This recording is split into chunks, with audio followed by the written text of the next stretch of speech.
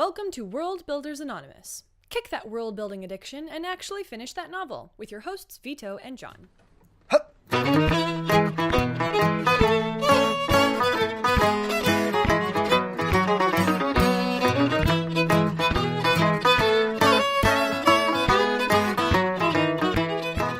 It's the best facsimile of like a clinking mug situation I can get for you. The one you did a second ago was much better. Yeah, like that. There you go. Nice. Perfect. Was that our start signal? Is that? Should I go? Am I going now? Ba-ba-da-bum, Oh, no. ba-bum, ba-bum, bum, bum. You know, it's a little redundant if we sing the theme song. It's every so much time. fun to do, though. Plus, what if we replace the theme song someday with something else and go back this episode will retroactively and This will replace still it have in the old all theme the song. old episodes, and then you're going to be singing the wrong theme song, and everyone's going to be so confused, and they're going to leave our podcast and never Well, listen how again. lucky then that you explained it. Save my problem. Fixed it up. All good. Thank you. It was weird Welcome to the practicing. podcast, everyone. Welcome to the podcast. Smooth sailing as always.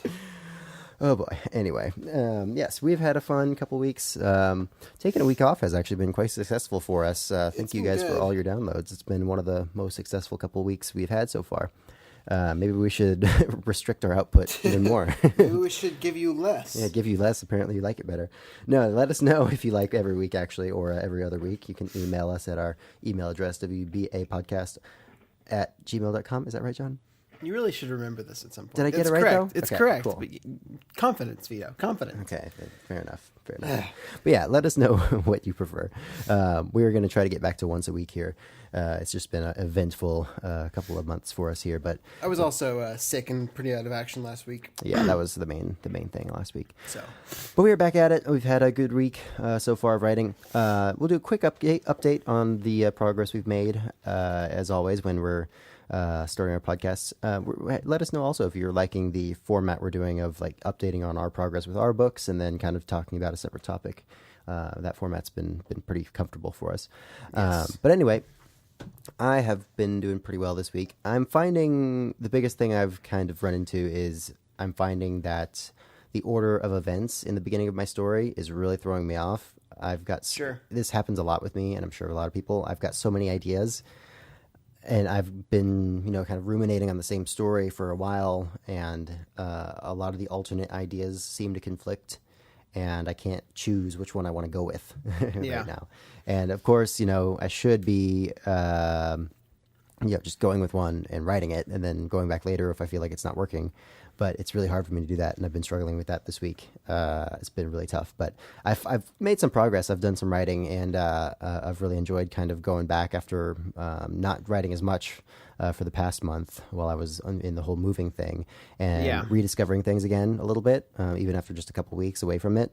Yeah. It's got things flowing really well, but there's almost too many ideas in my head, like I said, because of that. So I've been kind of working on that and kind of trying to really parse out what I want in the beginning, because I've got this whole series of events that's definitely happening. Like there's a few of them that are have always been there from the beginning, like them finding this thing underwater during this salvage dive that's sort of kickstarts the plot around them.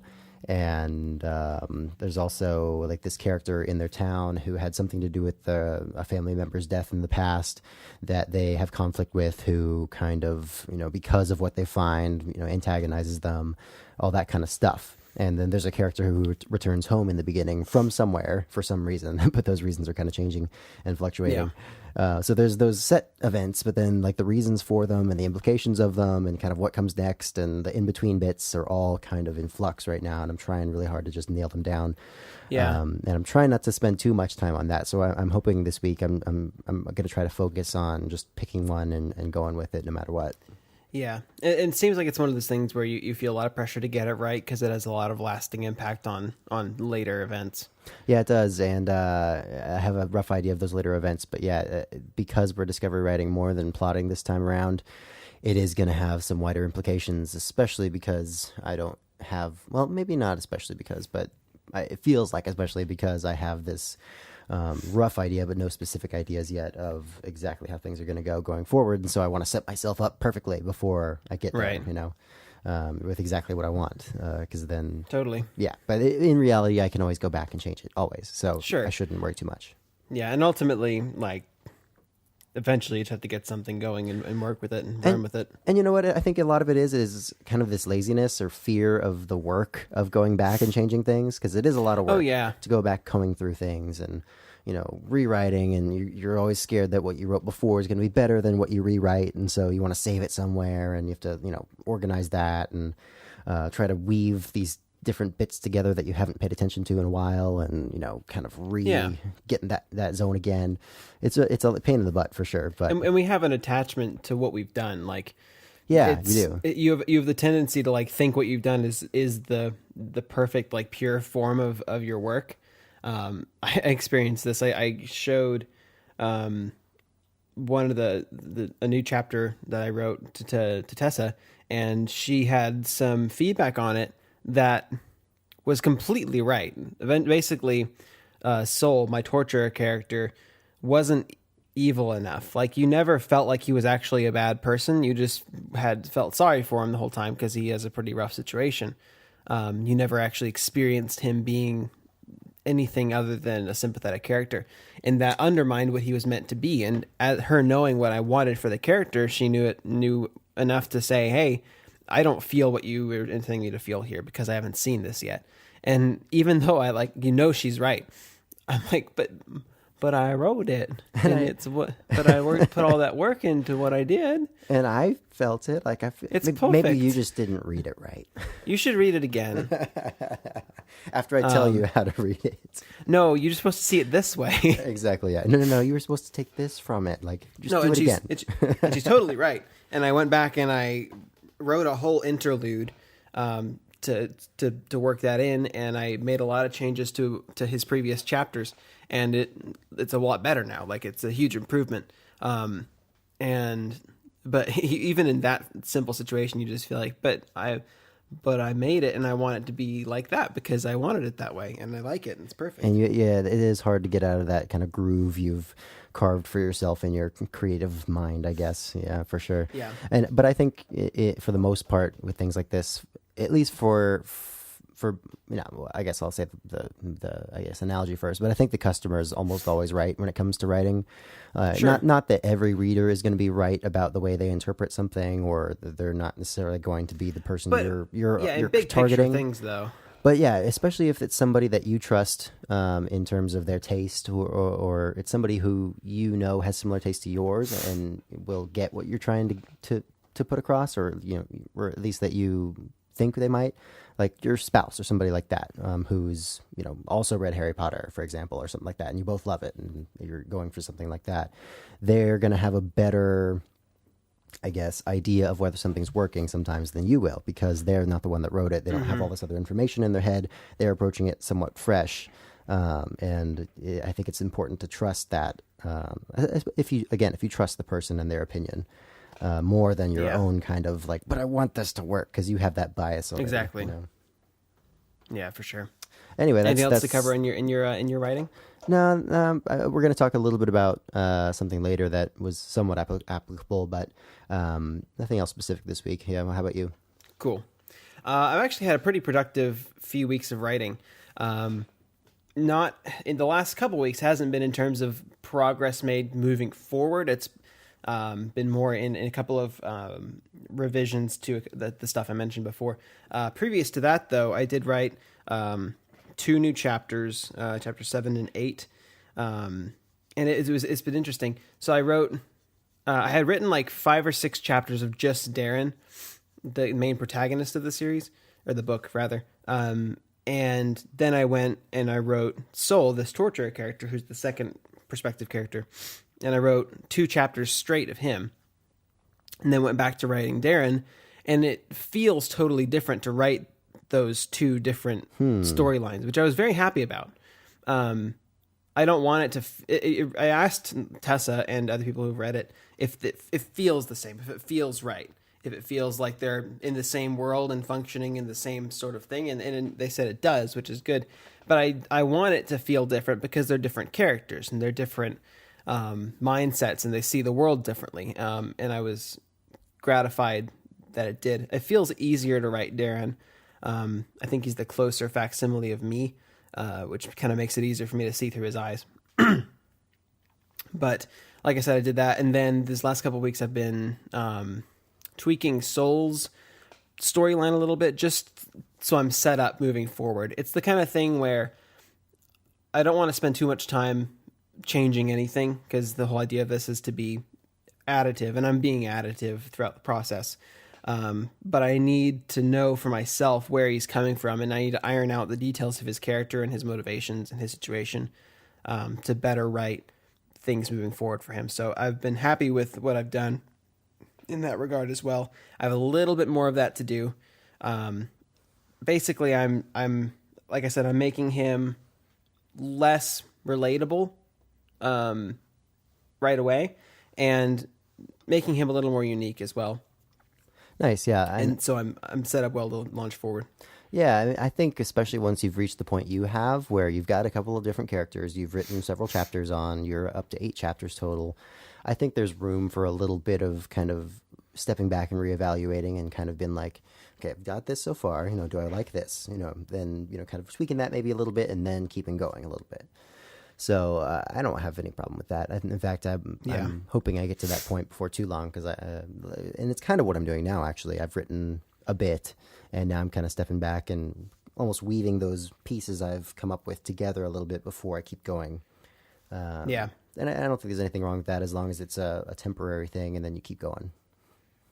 Do you ever worry that, like, because you're writing over such a long period of time, that your style will change throughout the writing process? No, because you almost want that, right? Like, if you're practicing writing throughout the entire course of writing the novel and you're writing better at the end of it, I mean, that's kind of what you want, right? And then you can go back and hopefully make things match. But that's kind of something to invite rather than to be afraid of, I think. That's true. I mean, it just means you have so much more work to do. Yeah, for sure. But I don't think you should try to remain the same throughout, especially when you're doing it this way. Sure. Because we're still new. We're still going to get better, hopefully. I mean, that's the whole point. And I think the only change, hopefully, will be improvement as we pay attention to different things and learn from the mistakes we make and refine our process. And so I think that's something to not be too afraid of. Sure. But yes, like I said before, it's definitely a pain in the butt to go back and fix things. Yeah, there's two sides to it. One side is that I do feel that I'm growing as a writer throughout the process, and I think my writing is technically, on a technical level, better now than it was when I started. But there are also certain scenes that I wrote very early on that I feel have a certain magic to them in my head almost. I know what you mean. And I worry that I can't capture that again. Just like we said before, I've done that before many times where I've written a scene and I really like it, and then it doesn't quite fit, so I go back and rewrite it, and it just doesn't feel the same when you're writing it. And maybe it's still okay if you read it a bit later, but even especially as you're writing it, it's hard to immerse yourself in that world again and that magic of the first time you've written it, for sure. So I know exactly what you mean. Yeah. And it's frustrating and not as much fun. Yeah. But so just making progress, trying to push through. I'm at the 20,000-ish word point, which is, by far the most I've ever written. I printed out the most recent version yesterday, I think.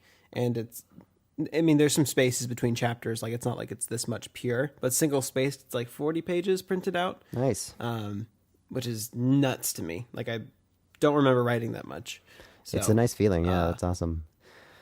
Yeah, we've had several. I've had several people who listen to the show tell me that they've gotten up to 50, maybe even 100,000 words for some of them. So a lot of people have actually passed us even after listening to our podcast, which is fun. We're going to get to a reader or listener email here in a second, and she's blown past us. Yeah. So maybe we should see if we can get her on and see how she did it, because I would be curious to hear that. Well, So are you ready to jump into that? I think so, yeah. Sure. So Sarah emailed us. You too can email us with questions or anything you like to email us with at wbapodcast@gmail.com. And she said she wanted to send us something for a few weeks. She discovered the podcast. NaNoWriMo happens in November. What month is November? I guess that makes sense. Sorry. But when she started listening to our podcast, she also was starting NaNoWriMo. And so that kind of launched the process for her. She wrote 50,000 words in 30 days, which is, wow. Gosh, I can't even conceive of that. Yikes.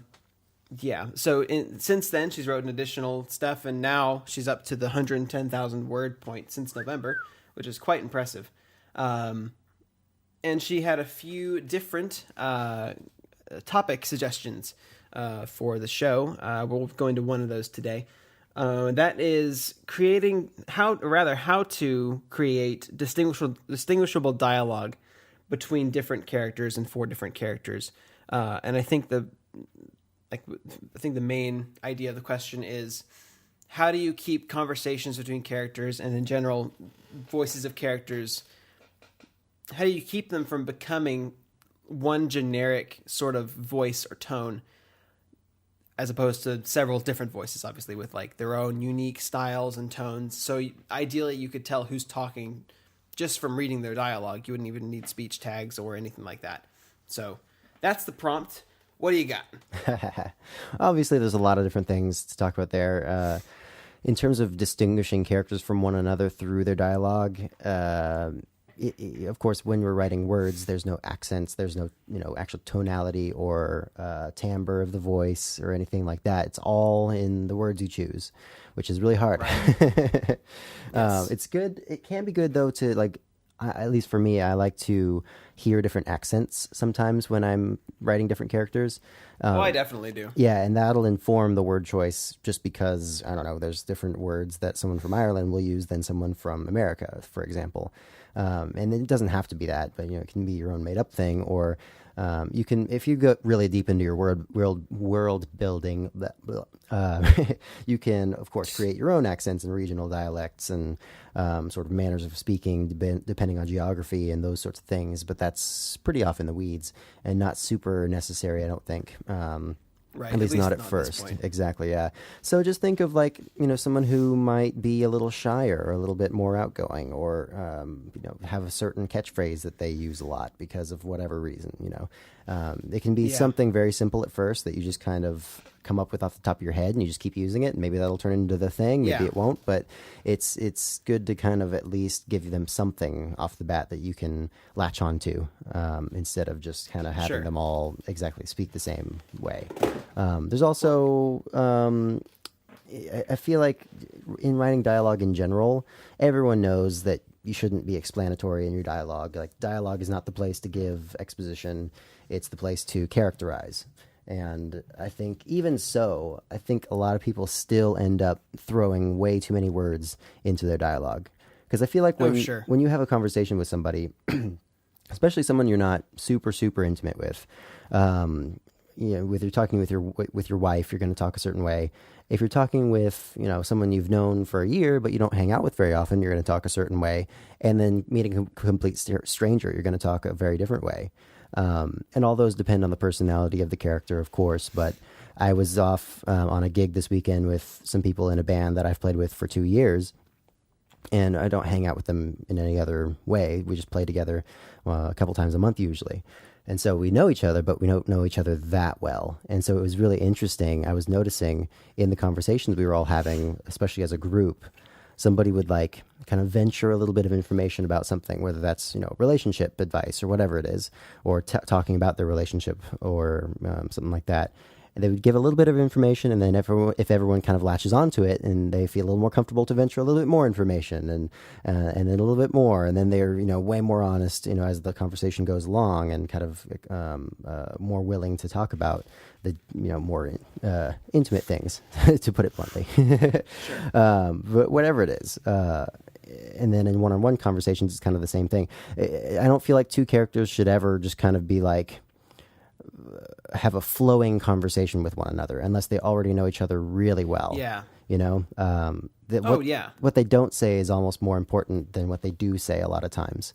Especially if you're, characterizing them well in other ways, and the audience kind of knows something that they might be wanting to say, or maybe that they should say that the character doesn't actually say. That can give a lot of insight into a personality or a character. And then differentiating people by, moving that slider up or down depending on their personality is kind of a good idea as well. Sure. One of my favorite things, you were just talking about dialogue and how we sometimes authors can reveal too much information through the dialogue. My favorite thing reading, I like to frequent the fantasy writer subreddit and kind of read people's chapter submissions, which I enjoy it. Partly because I enjoy helping people out, and but it is one of the most stuff up there. I might see it. Yeah, it's one of the most useful things to see things not working and realize why they don't. Yeah. My favorite thing though is when in kind of amateur, and we're amateurs, but like first time writers often will do things like in dialogue have people say, "As you know," and then go on to like explain a bunch of stuff. But people don't talk that way ever. Like no one talks that way. So for the first thing to believable dialogue, this isn't the distinguishable question, but believable dialogue it's a really complex thing. It's one of those things we never think about, but the way we interact with one another verbally is very complex, and there's a lot of psychology that goes into it.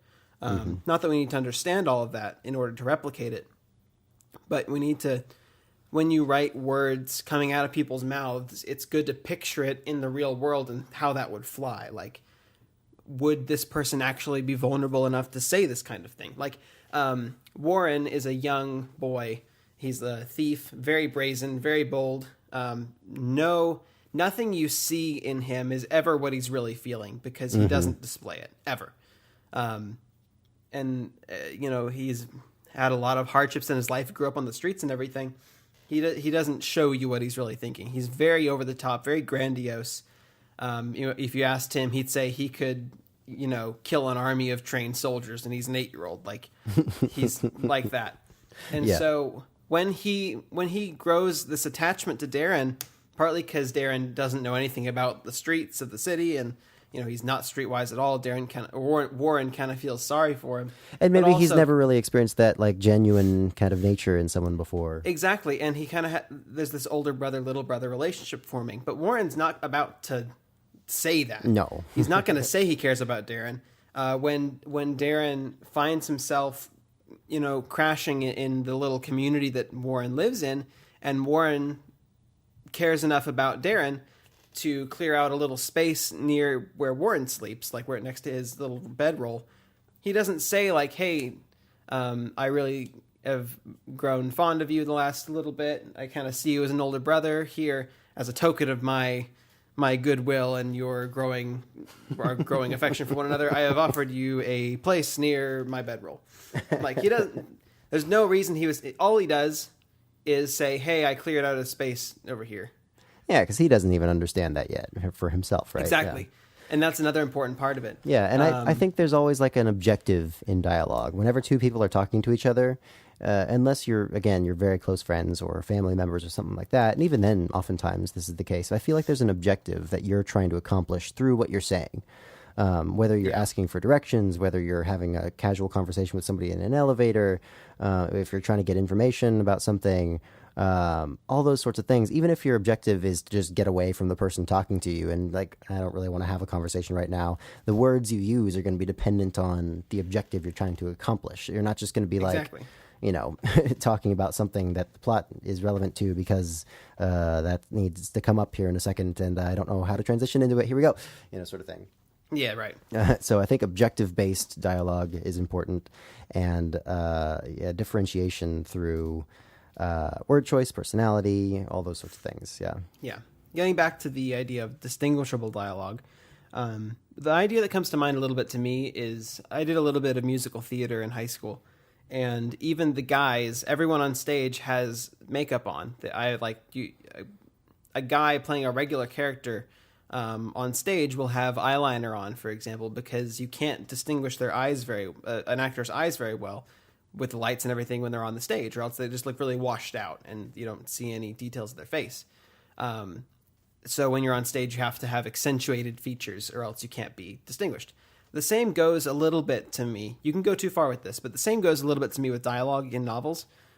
People are generally not very extreme in their quirks and asynchronicities, but you need to have those turned up a little bit to have them super distinguishable, and it depends on the style and tone of your novel. But for example, I was describing the way I've characterized Warren and the way he communicates and talks, and it's the things you recognize from young boys who are a little overly brazen, a little overly, braggadocious, and that kind of thing. But it's turned up a little bit. It's turned up to where you can notice it through dialogue and description alone, because you lose a little bit of some of the identifying features when you go to a completely written format.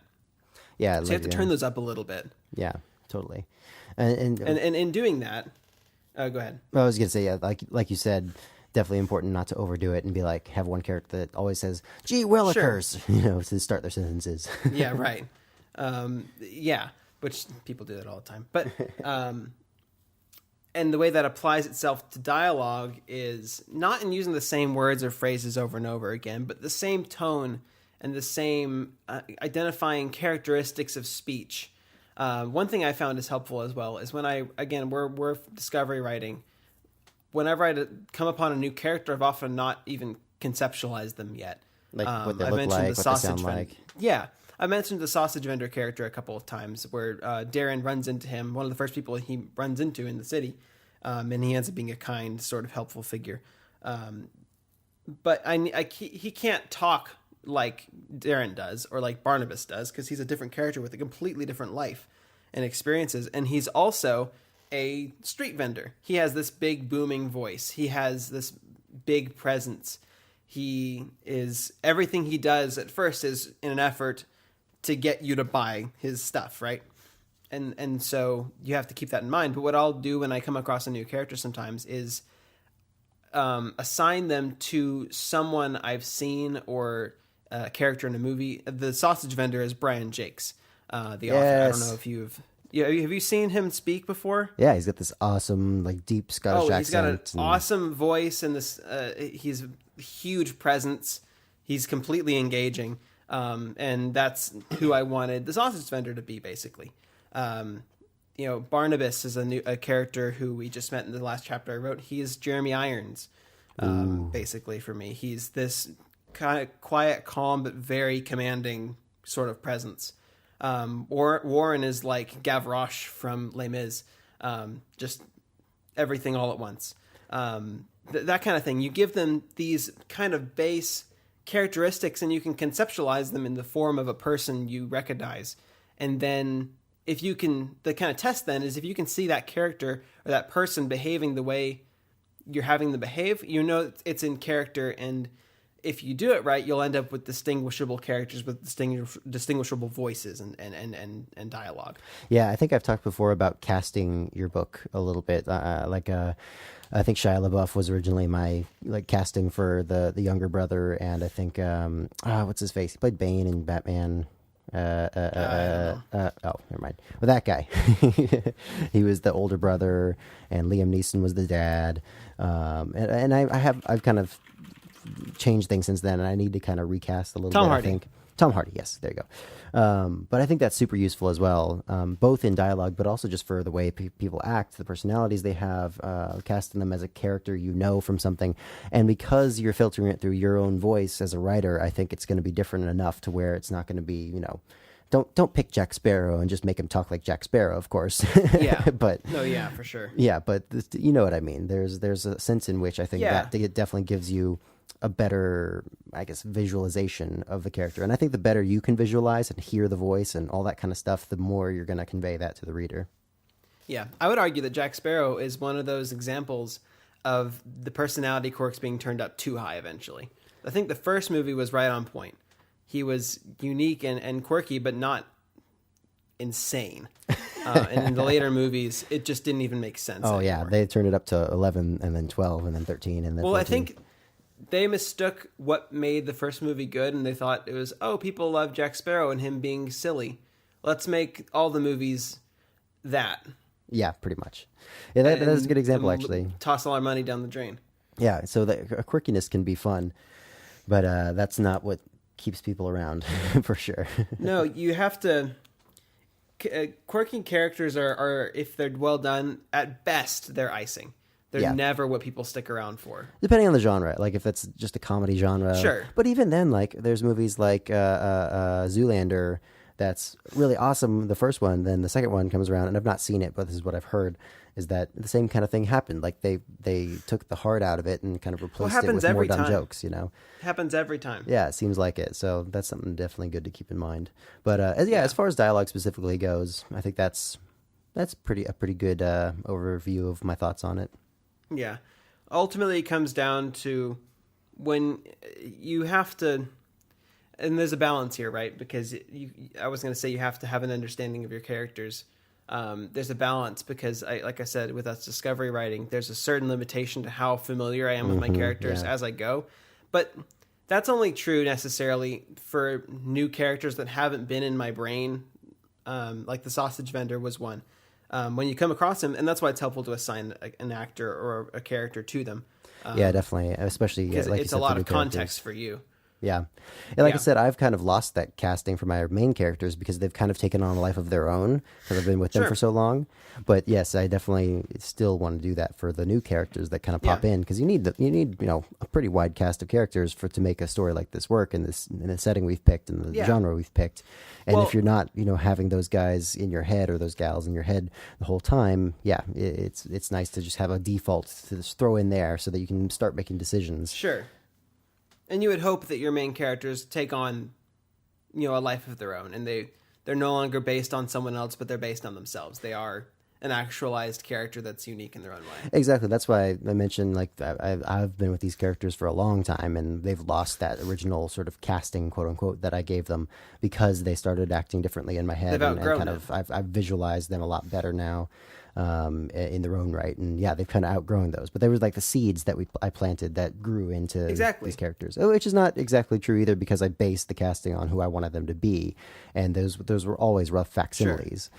But Yeah. that's kind of the idea, yeah. Yes, make sure your characters. If you do all that, you can hope to have your characters have a voice of their own, who sound and act differently. Remember that actions speak a lot. Yeah. Dialogue is only one way characters express themselves, and I would argue that in the real world, it's not the majority of how we express ourselves and communicate. So you can make a character's voice, quote unquote, highly distinguishable through their actions as well. The things they do, the way they compose themselves, that kind of thing speaks a lot towards who they are and how they act as well. So there's also that. Yeah, totally. Well, I think that's about all I have for today. How about you? That seems like a pretty good point to stop. Okay. Shall I do all the plugins? Yes. Okay. So, as we've mentioned, you can email us, like Sarah did, at wbapodcast@gmail.com. You can find us frequenting the Reddits, specifically the Fantasy Writers subreddit. Our username there is WBA_podcast. You can find us on just about all the social medias at not WBA, just World Builders Anonymous. That's how you find us there. And you can find our website with all our podcasts, some articles, and other stuff at www.worldbuildersanonymous.com.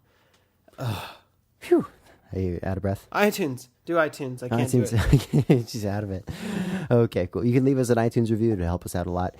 We have no way for you to give us money yet, but instead you can leave us an iTunes review, so that'd be just as good. Well, not just as good, but, in the meantime, it's a good alternative. So, do that. It's fine. It's fine. Mediocre at best, but we take what we get. What a plug. What a plug. iTunes, everyone. iTunes, or I guess, iTunes. or whatever. Cool. Yeah. Anyway, thanks for listening, guys. We will see you next week.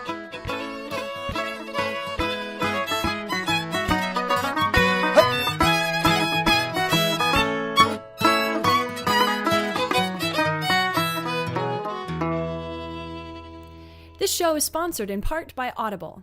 Visit worldbuildersanonymous.com/audible to check out what the guys are listening to right now and to receive a free audiobook.